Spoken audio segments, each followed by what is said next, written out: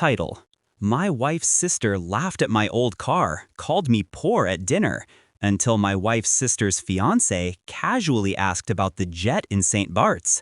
The room froze. What happened next? Start. The laughter still echoes in my head. Her laugh, my wife's sister, sharp, loud, cutting deeper than a knife as her voice followed. Still driving that old car? God, you're practically poor. The table went silent. I felt the burn in my chest, but I swallowed it. My wife shifted uncomfortably, tried to change the subject. I stayed still, calm. My eyes met hers, my sister-in-law's, and she smirked, satisfied. She thought she had won. She had no idea what I had prepared. When I married into her family, I wanted peace, respect. She was younger, vain, obsessed with appearances, but I tolerated her. I picked her up when her car broke down. I covered her bills when she was drowning in debt, though she never thanked me. I thought family mattered. I thought loyalty meant something. But she never missed a chance to remind me that in her eyes, money defined worth. I let it slide. Until that dinner.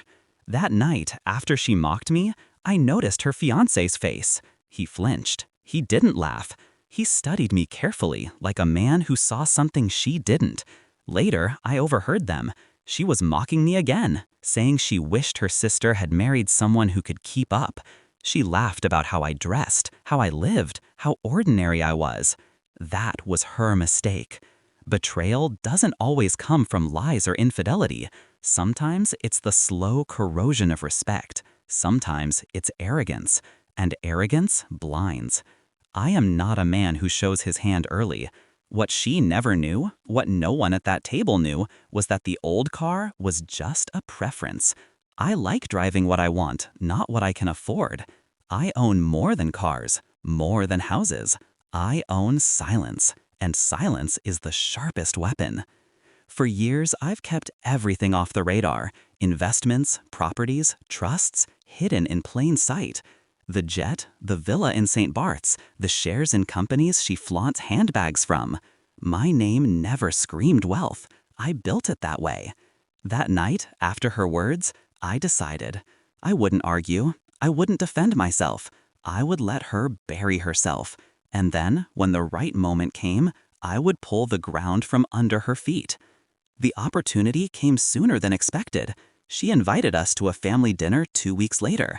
She wanted to show off her engagement, her fiancé's success, the diamond on her hand. I dressed simply, drove the same car. I let her sneer again. I let her whisper loudly enough for me to hear. Then, halfway through dinner, her fiancé leaned back, eyes on me. His tone was casual, but the question was surgical. So, do you still keep the jet in St. Barts, or did you move it to Nice? The fork dropped from her hand. Her mother froze mid-breath. The room turned into stone.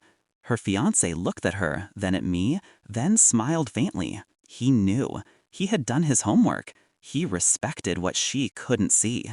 I didn't rush to answer. I let the silence expand, pressing against her smugness until it cracked. Then I spoke, calm, measured. St. Bart's still works fine. Quiet airstrip, fewer eyes. Every pair of eyes at the table snapped toward me. Shock, confusion. Her face flushed red, then pale. She stammered. What, Jet? What is he talking about? Her fiancé leaned in, his voice calm, almost amused.